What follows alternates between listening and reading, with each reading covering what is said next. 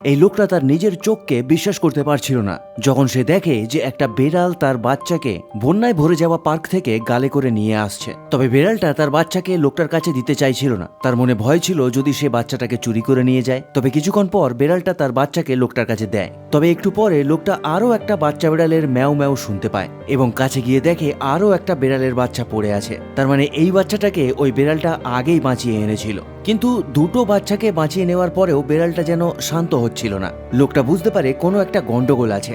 আসলে বেড়ালটা চোখে মুখে একটা আতঙ্ক কাজ করছিল।